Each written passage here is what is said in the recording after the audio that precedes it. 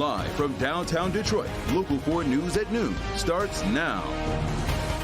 Breaking news from Turkey and Syria. Rescuers digging through the rubble after a powerful earthquake hits the area, killing nearly 2,000 people. Here at home, getting money for Michiganders, Governor Whitmer unveiling her next tax plan. That tops our news this noon. Thank you for joining us. I'm Rhonda Walker. Governor Whitmer just announced her plan a few short hours ago, and it includes rebate checks for Michigan residents. So let's get straight out live to Rod Maloney with more on what the governor's plan is. Good afternoon. Yeah, good afternoon, Rhonda. It's part of the Lowering My Costs package that the governor has put together, and we'll go quickly now to show you the three pillars of that. First of all, the repeal of the retirement tax. It's a 4-year phase-in on that, and it's for public pensions only.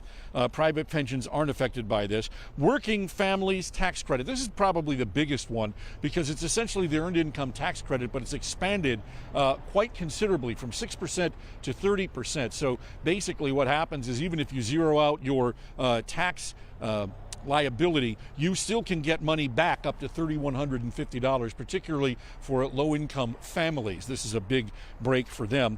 And then there are the inflation relief checks. That's the last part of this. The governor kind of rolled this out on Friday of about $180 per taxpayer. That means that if you are a taxpayer, even if you're filing jointly, that's one taxpayer. So here's what the governor had to say about her part on the $180 tax checks, the inflation relief checks. That's something that we're hearing a resounding enthusiasm for, and so that is the quickest way that we can get relief. I've heard both minority leaders make comments to the effect that they want something that helps everyone and that they can move fast. This does both, and I think that's why, we're excited that this really is a plan that can help people now.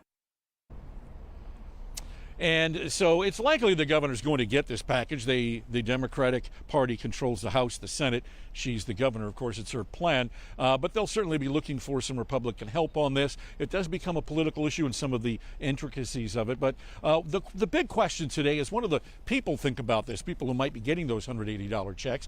And so we're here at a grocery store in Royal Oak, and we'll be asking people about that. We'll update that coming up on Local 4 News at 5. Reporting live, Rod Maloney, Local 4. All right, Rod, sounds good. We'll see you later today. Meanwhile, we want to get to tragic breaking news that we have been following all morning long. A powerful 7.8 magnitude earthquake and aftershocks have rocked Turkey and Syria. The death toll has dramatically increased throughout the day, with nearly 2,000 deaths, and countless more are either injured or still missing and could be underneath rubble from multiple collapsed buildings. NBC's Megan Fitzgerald joins us this noon from London. We are talking about complete and utter destruction in both Syria and Turkey. Both countries are reporting that the death toll collectively is soaring past 1,800. We know that number will continue to rise. Right now, thousands are said to be injured as the search and rescue effort just continues. Now, we talk about this 7.8 magnitude earthquake, one of the two. That was the first to come. I mean, that is the worst earthquake that this region has seen in more than 100 years. I mean, you look at Turkey and you are seeing just buildings reduced to rubble, completely collapsed, trapping people underneath as first responders rush to the scene, frantically trying to rescue as many people as they can. Of course, you're looking at a chaotic scene where family members are screaming for loved ones that are trapped underneath. Meanwhile, first responders are telling people to remain silent so they can listen to the cries of people that are trapped underneath as they continue this search and rescue effort. And of course, a similar situation that we're seeing in Syria. We've heard from the Syrian civil defense spokesperson who is practically in tears as he talks about the efforts in his country to try and save his people. We know that the military has activated all units across Syria, all of them rushing to the northern part of the country for this search and rescue effort. The Syrian civil defense spokesperson calling on the world to come in and help them. We know from President Erdogan of Turkey that some 45 nations plus have contacted him, eager to send search and rescue crews. Everyone from the United States has reached out, along with Poland and Germany, even war-torn Ukraine. President Zelensky offering his assistance as the entire world really watches this humanitarian crisis unfold. Megan Fitzgerald, NBC News, London. Oh, just so unimaginable. At this hour here at home, Detroit police are looking for a suspect following a deadly shooting that happened on the southwest side of Detroit.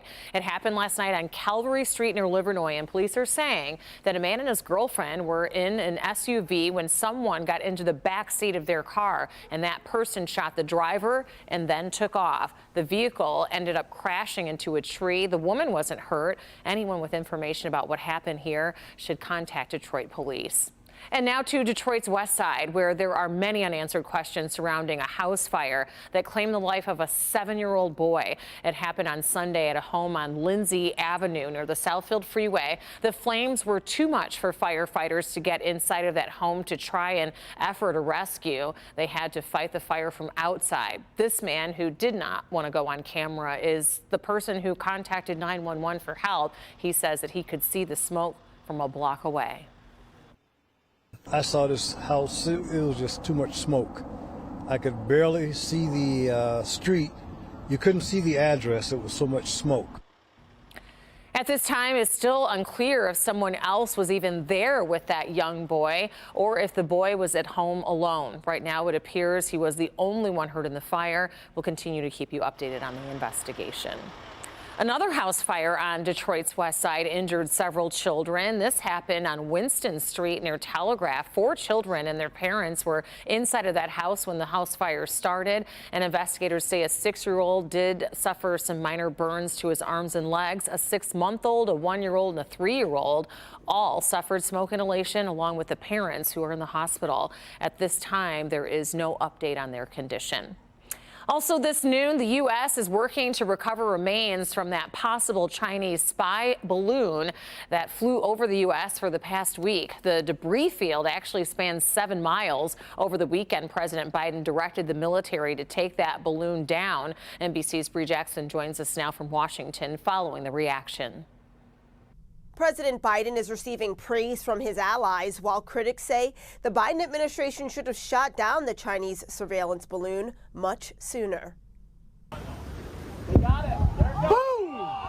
Eyes were glued to the sky as an American F-22 Raptor shot down a Chinese spy balloon Saturday. Order the Pentagon to shoot it down on Wednesday as soon as possible. The Biden administration first detecting the high-altitude surveillance tool on January 28th in Alaska.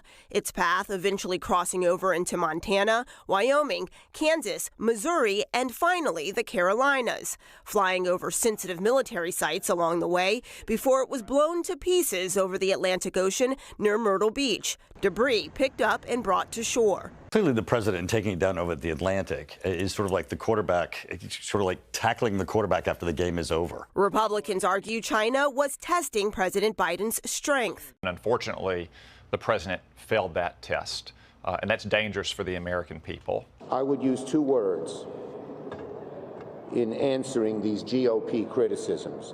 They are premature and they are political. Our friends are playing politics with U.S. intelligence. Administration officials saying the president's actions weaken China's surveillance capabilities. You saw a great example of the coordination and cooperation between a lot of different players in our government to make sure everything happens safely. Tensions with China are rising following the downed spy balloon. Officials in Beijing blasting the United States for shooting it out of the sky, calling it a clear overreaction. And senators are scheduled to receive a briefing on the Chinese spy balloon on February 15th. In Washington, Bree Jackson, NBC News.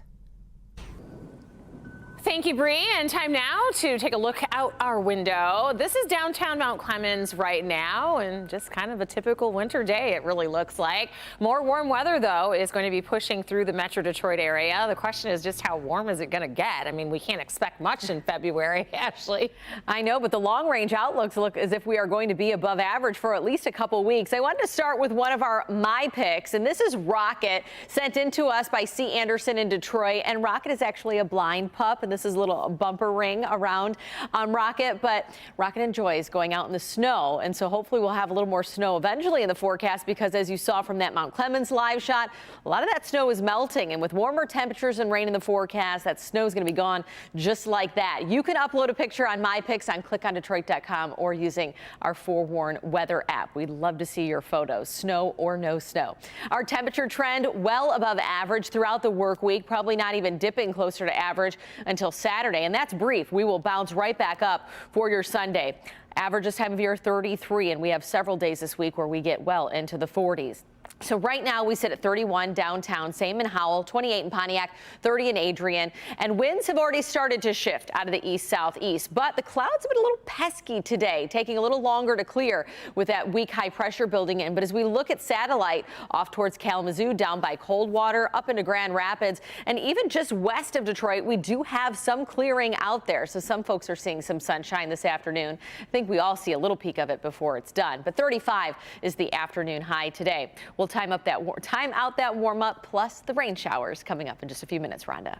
Okay, thank you, Ashley. Still to come here on your Monday. Changes coming to Washington this week. Up next, why fences are going up all around the Capitol building in the White House. That's ahead. But first, an update out of Ohio after a massive train derailment leads to a potentially dangerous situation there. That's next.